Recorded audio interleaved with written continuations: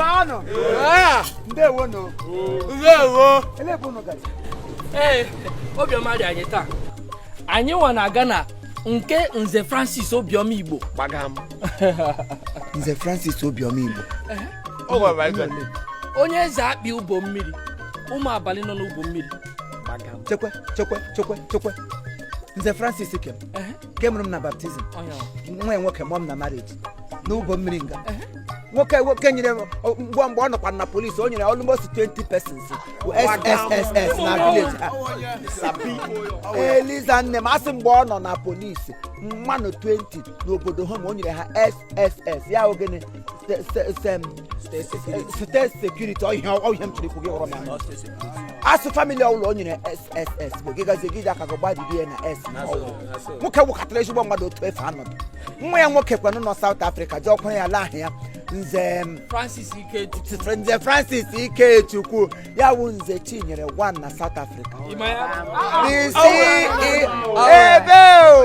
Onye ewu the CEO of Target Pathology Laboratory nọ na South Africa. Kewukwa the CEO of Francofina Gas and Oil. Nga ị na-aga aṅụrụma gas na oil. Onye m na-akpọchita ahịa ka ya mụrụ na baptizim. Eso m na baptizim njinji asa ozugbo a na-awụla mmiri ote para akwụkwụ gị fepụ fesa m n'isi ote na-akwụ m n'ichi papa ya wụkatara ezigbo mmadụ mgbe ọ bịara mee retaya ya mgbe ike bịara gwọ ya n'ọrụ ya ala Amerịka ebue ka obizi ka mgbe ọ bụla mee retaya Amerịka ka obi ụmụ etiwe ọ mụrụ ha ncha niile Amerịka ụmụ ha niile ha ncha niile otu ka ụmụ ya niile si ote esi mba kama ha ga-anọ ebe ata via ma onye ọbụla agasi obodo ga-ebe ahụ gagabiri ọwụ ihe ọwụ nna mgbe ọ nọ n'ọrụ gọọmenti were dịkwe naanị onye ukwu dere ya ọnụ onye nta de ya ọnụ ihe m ji seshọla m ga-aba ọrụ gọọmenti unu niile ahụ unu ga-ata n'obodo mma atagide na ahụ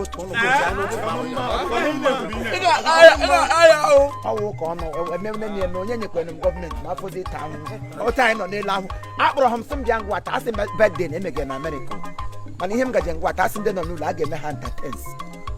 Yes, otu ihe na nta 12 ma 10 otu ihe Akpọrọ gị kpọọ anyị. Sa ihe niile anyị ga-aga together si anyị rụwozie nga ahụ a ga-eme m entertain separate mekwana ọ na entertain separate agịda emekwasa anyị ọnụ gbacha 10 ọgwa ụdị ha na-akpọ ọwụ otu ọwụ emebado na nta 6 ma ọ nta 12 ihe ma onye ọbụla na-aha ka mana anyị ga-eji uri igbo agakọ together asị ya uto ọwụ otu ọwụ anyị gara ngwu ụda ihe anyị ga-esi ngwa ugbo akara ka a mara na anyị bịacha Nze Francis, happy birthday. Happy Francis Obioma, happy birthday. Ewu dia.